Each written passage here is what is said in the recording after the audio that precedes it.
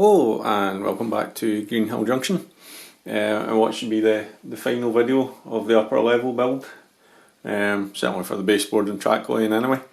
So this is where we kind of left off in the last video, the junction being finished and the sort of sidings and tracks onto the bridge.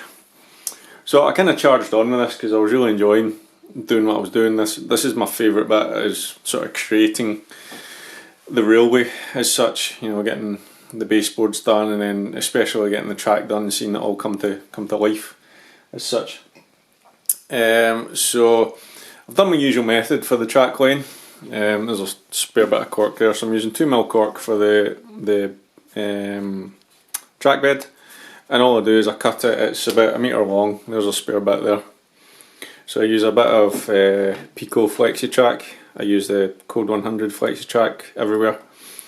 And I just put it on the cork, cut along the edge of it, and then I get a big long strip. And if it needs to go around a corner, I just cut these flaps in it. And it's amazing how flexible it gets in, how tight a corner you can get it around.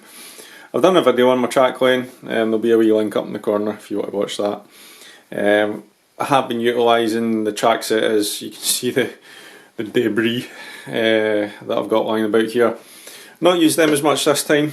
I've been kind of just working things out myself, trying to get curves nice and smooth. One thing I have used a lot is the Pico, I think it's called a weigh gauge, I just call it a track spacer.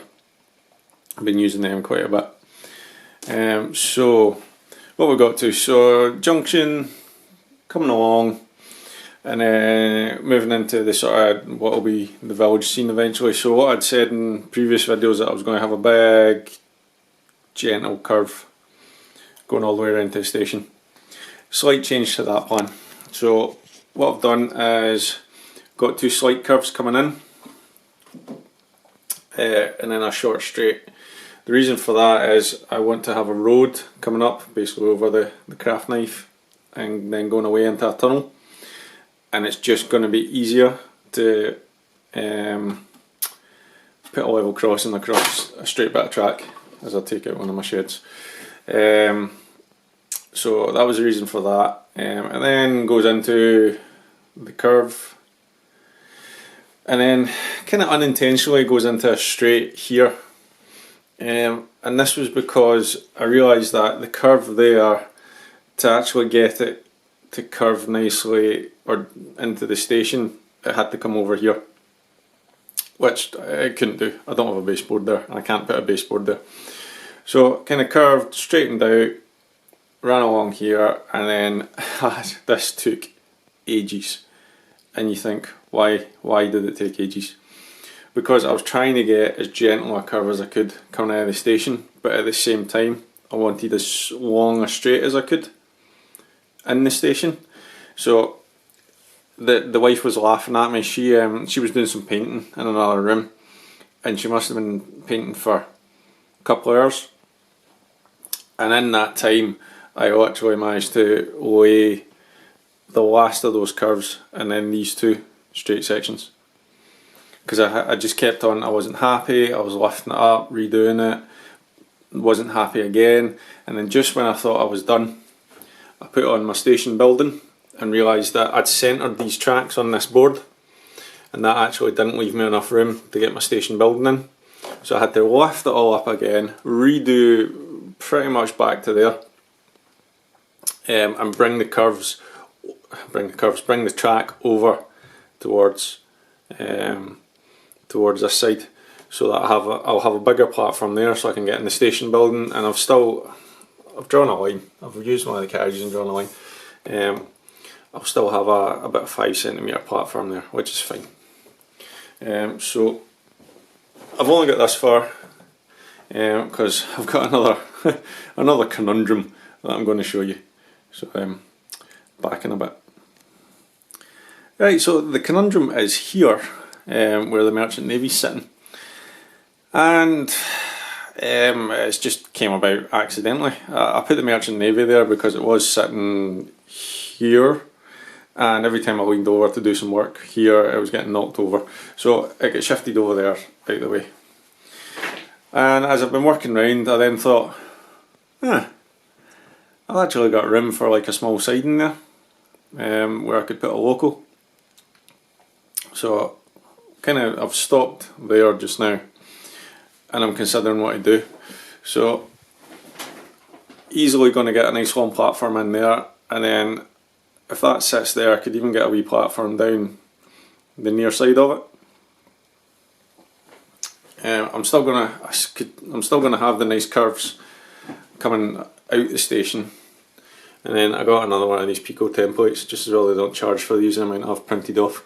That's a medium radius right hand point, so I'm thinking, could I have a small siding in there, and then it will curve round to the bridge. Well, once the glue gets out of the way. And this isn't what I'm not sure about. I think it would be nice to have a local sitting there, but then I'm thinking, well, what's the purpose? Apart from having a local sitting there, and I need as much storage as I can get. Because it's not going to be sitting with any carriages. If anything, the carriages are going to be away around here, sitting over there. So if I want to use it, it's got to come out and go trundle, trundle, trundle, trundle, trundle across the junction, go get carriages. And I just think, is it practical? Is it even necessary? Because I could just have a platform coming down there and ending, and then have some, I don't know, greenery. So that's kind of holding things up, because I'm still thinking about that. Aye. What else was I going to say? Oh yeah, I had a comment on, I think it was my trackline video actually. Someone said that why am I using like two different radius of track setters? So like for example, I would have the 18 and the 21, and that I should just use a track setter on the inside and then use the weigh gauge to set the outside track. And I thought, when I read it, I was like, yeah, that's actually quite sensible. I'm being daft. No, and then I thought about it and I was like, no, the reason is because the weigh gauge, it's only good for straights, for keeping your tracks apart. When it comes to corners, you need to have it wider than the gauge, so you can see where my fingers are, that's in between the two rails, and then on that side it's sitting on top of the rail, and that's so you can get two carriages to pass. So here's two of my biggest carriages, and if I bring it around that corner, they actually get pretty close. They don't touch, it's fine. And then that's them on the straight. So you've seen there that if I had brought that corner, the tracks on those corners into the weigh gauge, or the track spacer, whatever you want to call it, the carriages would collide on the way around. So that's why you use different radiuses, and you get progressively wider as you go out from your inside track. But don't get me wrong, that's a great piece of kit for doing the straights. Really helped me get the straight line down the station. So just need to think about that, and then I can get the last bit done. Electrical connections. So last video you saw the big hole with the connections under here. I don't connect every bit of track to the electrics, because there's just, in my opinion, there's no need. You get good connections through the metal fish plates.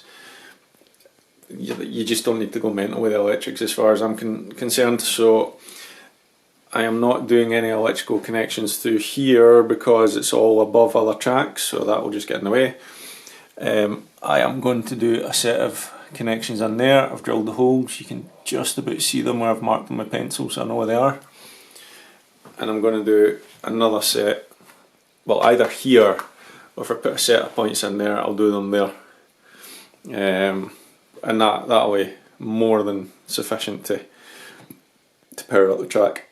So next video will be when I've made a decision on what I'm doing here, and then we will hopefully end up with a few running shots of all 6 tracks in action. So back in a bit. Hey, welcome back, and that is the track line done on the upper level and therefore done on the entire layout. So yeah, 2 years in, pretty much 2 years to the day just about, and the track work's done. Tidied it all up as well and started positioning some buildings where I think I want them. So yeah, so I ended up not going for the siding there. I just decided it was pretty useless really. It was just a place to have a local, and I remembered what Kev said on one, Kev from Medway Peninsula Railway said on one of my last videos, that I would get a lovely view of the trains going round those curves standing back here on the layout, and I thought if that loco is sitting on the side now, it's just going to get in the way of that view. So I just scrapped that idea and just put in the nice gentle curves out of the station that then go into the big curve round to the bridge, which finally, a year after it's built, is not a bridge to nowhere. It actually has a purpose. So that's it. So I ended up putting the electrical connections there, and in there as well. I've tested it all, run the dream, so really nothing else remains but to give you some running shots of the whole Greenhill Junction up and running. So thanks for watching. Leave me any comments you have, any questions you've got, please ask. If you like what you're seeing, subscribe, and yeah, thanks very much, and speak to you again soon. Cheers.